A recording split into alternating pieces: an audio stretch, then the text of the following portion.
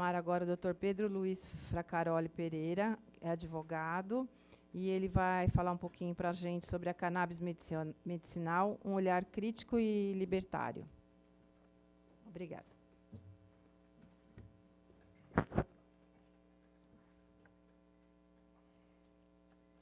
Boa tarde a todos. A mim foi dada essa árdua tarefa de proferir a última fala depois de palestras tão brilhantes. Então, parabéns aos colegas. Realmente um debate muito enriquecedor e que a gente precisa cada vez mais disso. Principalmente eu que venho do interior, lá ainda a situação é muito mais oculta, vamos dizer assim. Então, parabenizo desde logo a Eliane e o pessoal da organização do evento por essa iniciativa.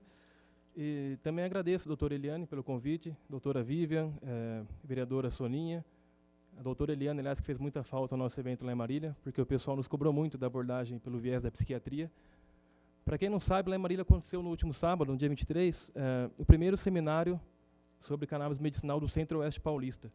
Levamos vários pesquisadores da medicina e do direito, dentre eles Leandro Ramires, Paulo Fleury, a Carol Marrone, que é uma farmacologista fantástica.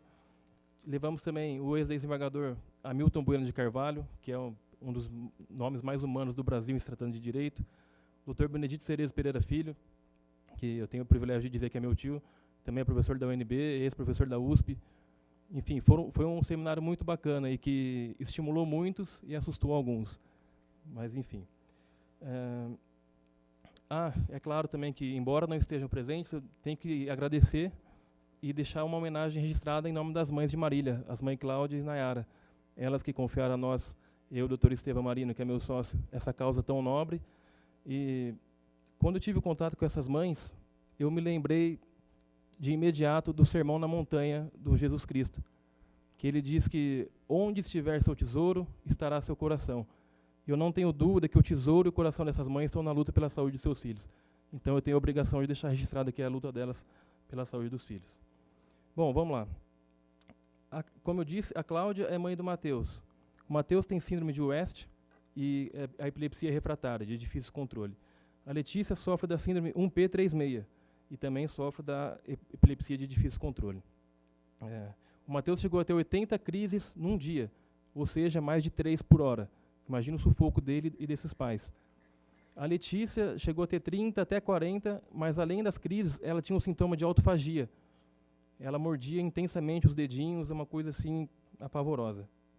E em 2014, as mães descobriram, por meio de uma reportagem no Fantástico, acho que do Fischer, o tratamento via canabidiol, o sintético. Mas aí vem o obstáculo, como conseguir esse óleo. E por sorte, como essas mães são muito guerreiras, elas que são fundadoras da Associação Anjos Guerreiros, que é uma associação que tem por objetivo o apoio geral a pessoas com deficiência. E agora também, embora seja com essa camisa que parece o vendedor de açaí, né, o pessoal brinca, mas é da Associação Malele, que foi lançada no evento, que é uma associação aqui, Associação Canábica em Defesa da Vida. Porque, como a decisão delas repercutiu muito, tem muita gente procurando apoio, a gente está fundando essa associação. Enfim, então descobriram o canabidiol e foram atrás. A Nayara tem uma situação financeira mais confortável, conseguiu comprar as seringas da Hemp Oil. A Cláudia, com a sua capacidade de guerreira de sempre, foi até o Ministério Público Federal e aí começou o grande passo das mães marilhenses na luta pelo cannabis medicinal. O Ministério Público Federal abraçou a causa com todo empenho e propôs uma ação civil pública contra o Estado. Só que, vamos dizer assim, o Estado, por falta de estrutura, não conseguiu cumprir com a obrigação que o Ministério Público lhe impôs. Por quê? Porque é muito caro, tem muita demanda, então falta, além de ser caro, falta mercadoria. E, no final das contas, foi se revelando uma tragédia, porque o Ministério Público apertou de todas as formas, mas não conseguiu fornecer o medicamento para essas mães. Inclusive, optaram por uma situação trágica, no meu ver, muito trágica, que foi o pedido de prisão do secretário da Saúde. E olha, a saída foi mais bárbara ainda. O coitado, porque é um problema que transcende a competência ou incompetência de um funcionário público, é um problema estrutural, a saída que ele encontrou foi pegar de uma mãe de Ribeirão Preto e trazer para a mãe de Marília. Ou seja, em prazo de pouco tempo, teríamos 2 mães sem o medicamento. E também uma coisa que é importante dizer, independentemente ou não do êxito da ação, ela já é uma ação que seria fadada ao insucesso. E por quê? Porque prevalece nos tribunais até hoje que medicamentos não proscritos pela Anvisa não são de obrigação de custeio do Estado. Então, no final das contas, por mais que apertasse, não teria por onde obrigar o Estado. E aí, então, fomos procurados como advogados para dar uma solução, ou então tentar um caminho para melhorar a vida dessas mães. E a solução que nós encontramos foi o habeas corpus. O habeas corpus para o autocultivo. Estudamos bastante e, de posse dessa documentação, que já tinha ação civil pública, que era a autorização da Anvisa, aliás, se alguém for impetrar o habeas corpus, eu diria que um documento fundamental é essa autorização da Anvisa, porque gera um impacto no judiciário que, aliás, passa uma segurança, porque realmente não é fácil para o juiz decidir numa ação polêmica, embora deveria ser. Juntamos toda a documentação, e aqui eu falo um pouquinho do habeas corpus. O habeas corpus é um processo que você não tem a possibilidade de dilação probatória. Ou seja, você não tem a possibilidade de ingressar com a ação e, durante o curso do processo, produzir as provas e constituir o seu direito. Você tem que ter as provas pré-constituídas. E, por isso, então, foi importantíssima a autorização da Anvisa, relatórios médicos. Aliás, em Marília foi, uma dificuldade imensa de encontrar quem prescrevesse o canabidiol, porque os médicos têm medo, os médicos, mais do que medo, têm preconceito mesmo. As mães sofreram muito, tiveram que ir a Ribeirão Preto, o doutor Sakamoto, que sempre acompanhou o Matheus, ele também pulou fora, até que depois ele mudou de ideia. E uma médica de Marília, a Cristiane Basso, foi quem conseguiu fornecer essa medicação para nós ingressar com a ação. Então, ingressamos com a ação em fevereiro, já de posse dessa documentação, e, por sorte, tivemos êxito. Não sei se porque a história dessas crianças já era um fato notório da cidade, todo o judiciário, todo o Ministério Público sabia da luta deles, então sabia que não estaria de sacanagem. Conseguimos êxito. E aí então veio um salvo-conduto, autorizando a gente importar 120 sementes por ano e cultivar e produzir o óleo para fins exclusivamente medicinal, né? Certo. Já que eu sou do direito, vamos dizer assim, fundamento jurídico para isso é o direito à vida e à dignidade humana. Embora você tenha uma lei que, como bem disse um deputado, tem a exceção, o cannabis pode ser produzido para fins medicinais, fins acadêmicos, de pesquisa, e também fins religiosos, não só o cannabis, como qualquer substância proibida. Um exemplo é o daime, que é proibido, mas no santo daime, durante a liturgia, não se comete crime. Então,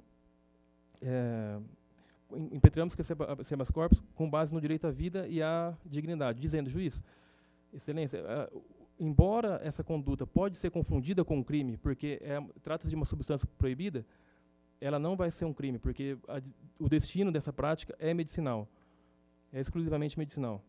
E conseguimos, então, esse habeas corpus. O Ministério Público Federal deu um parecer favorável, o que foi ótimo, e olha só como o nosso Estado ele é tímido em conceder direitos, mas ele não tem vergonha em restringir.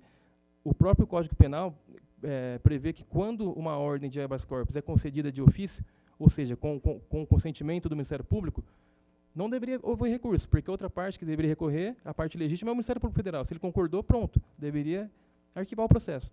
Mas não, a nossa ordem prevê que passe por um procedimento chamado reexame necessário. Então, os autos subiram para São Paulo, e há 15 dias atrás, no TRF aqui, a sentença foi confirmada por unanimidade e com um novo parecer favorável do Ministério Público Federal. Bom, o que é, então, o salvo-conduto? É uma espécie de imunidade para que você pratique uma conduta que é típica, pode ser confundida com um crime, mas você se antecipa e diz às autoridades, olha, nós precisamos disso para a saúde. Então, o juiz emite o salvo-conduto e... Ô, Denis, você não vai embora não, né? Ah, bom, tem uma pergunta para você depois. Aliás, um pedido de socorro. Aliás, eu vou pedir para todos os palestrantes, pede lá para o pessoal entrar para a gente encerrar o fórum com as perguntas, né? Porque precisamos depois da sua fala. Desculpa. Certo. O que eu estava falando mesmo? Pois é. A dificuldade não deveria ter, a partir do momento, né, que o Ministério Público não sim, concordasse, não teria por que ter uma segunda, né? Acho que é isso. Então, mas foi mantida a decisão em nível de tribunal. Só que é importante dizer, olha como é simples fazer o que é certo. Essa situação, esse processo, é basicamente um projeto de medida de autocultivo. Se você mudasse a esfera do poder, colocasse para o poder legislativo, poderia ser um projeto piloto de lei. Por quê? Porque essa decisão não é uma decisão de liberação irrestrita ao cultivo de cannabis. Nós temos que, inclusive, que prestar contas, oferecer nota fiscal, oferecer relatórios médicos, enfim, uma série de documentação. E o que eu acho por bem, bom, esperar o Denis voltar, porque a pergunta, eu faço no final a pergunta. Porque, na verdade, é o seguinte, embora com todo esse trâmite, com toda essa dificuldade para conseguir o salvo-conduto, nós tivemos sementes retidas. As mães importaram uma vez, importaram 2 vezes, ok. Mas nos últimos, acho que faz uns 3 meses, mais ou menos, chegaram as sementes no aeroporto de Pinhais e, reteram a semente. Foi primeiro para a Delegacia Federal. Eu fiz a petição, o delegado reconheceu a legalidade da importação e remeteu à aduaneira. A aduaneira reconheceu a legalidade da importação, remeteu ao Ministério da Agricultura. E aí ferrou. Porque precisa de um certificado fitossanitário dessas sementes. Né? Precisa de um atestado que dê conta que essas sementes são livres de pragas. E a gente não sabe como conseguir isso, porque as sementes vêm da Espanha, ela não nos fornece esse certificado. Não sei se seria o caso de um tratamento dessa semente ou não. Aconteceu com vários, né? Eles pedem isso.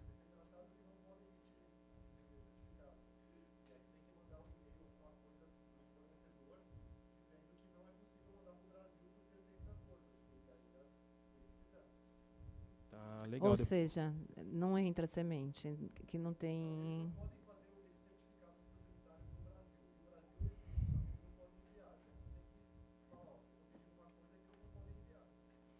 Ou seja, nós podemos importar, mas quando chega aqui, nós não temos o atestado de que pode entrar, nem que ele vai para a quarentena, e nem que... né?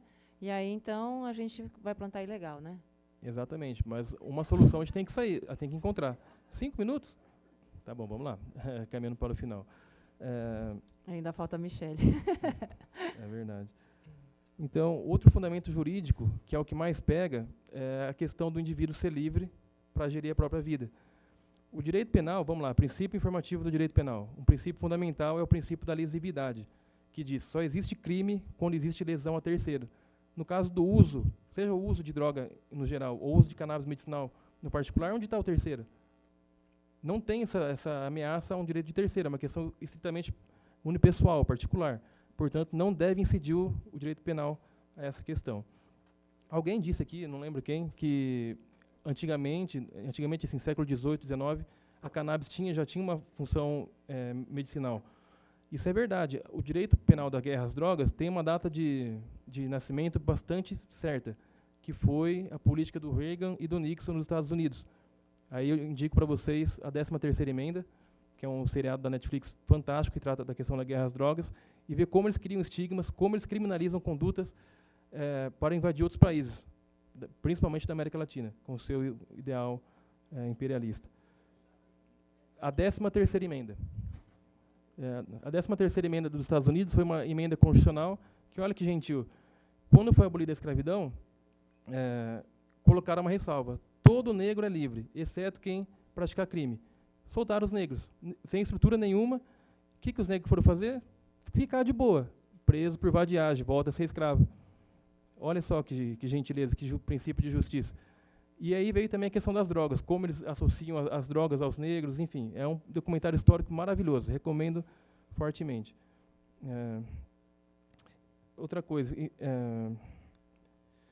se tratando de drogas, está em curso o que pode ser a solução para nós, e, inclusive abrindo mão da necessidade do habeas corpus, que é um recurso extraordinário 635.659 no STF. É um recurso que ele foi distribuído em 2011, olha que rápido, né? O Gilmar Mendes, que é o relator, votou em 2015, um voto fantástico, opinando pela inconstitucionalidade do artigo 28, que é o artigo que criminaliza o uso, e já tem 3 votos favoráveis. Se passar esse voto, pode ser o ano que vem, pode ser daqui 5 anos, pode ser daqui 10 anos. Se passar essa situação, o uso de droga deixa de ser crime. E, juntamente com ele, o autocultivo. Aliás, seria um contrassenso o Estado não liberar o autocultivo, porque seria fazer o sujeito fomentar a indústria do tráfico. Enfim. Quanto tempo eu tenho? Qual que é essa lei? É um recurso extraordinário 635-659. Depois, se quiser, eu posso passar o voto do Gilmar Mendes. É um voto de 56 páginas, mas fantástico. Tá? Só para concluir, vamos dizer assim, eu pergunto a vocês, o que é crime? Do mesmo modo que os colegas perguntou, qual que é o nome certo da cannabis? Mas eu pergunto, o que torna algo crime? O crime já nasce dado? A gente nasce, o crime está aí, a substância está proibida?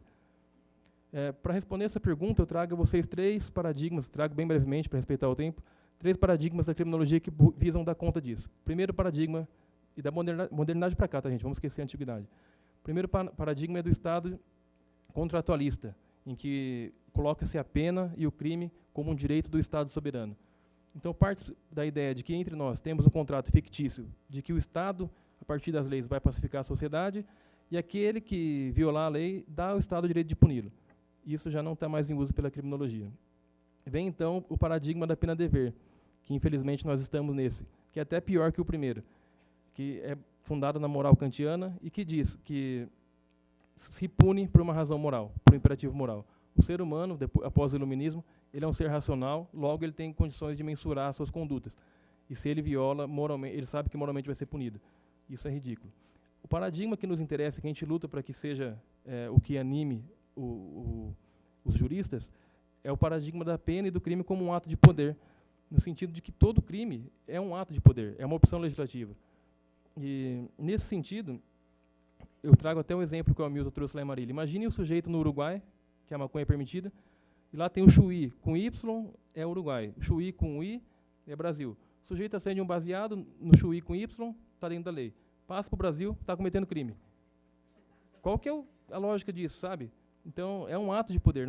E por isso que nós temos que lutar, fazendo seminário, fazendo movimento, porque, no fundo, são opções legislativas.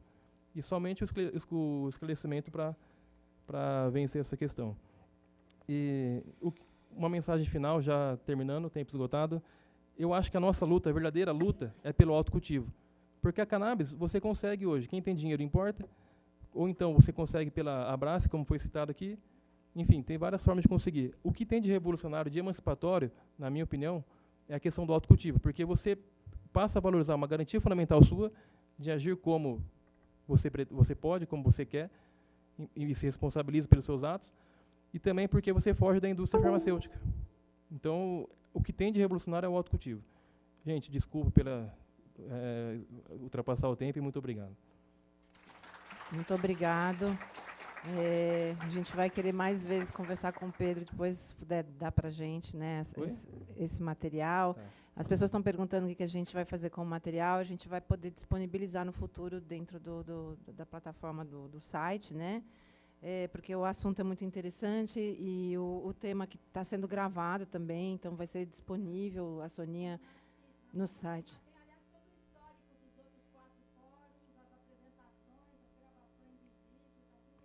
Isso, porque é muito importante a gente divulgar, e como isso ficou solto, agora a gente vai colocar tudo junto para ficar mais fácil a gente ter acesso, tá? Muito obrigada pela sua presença. Obrigado a você.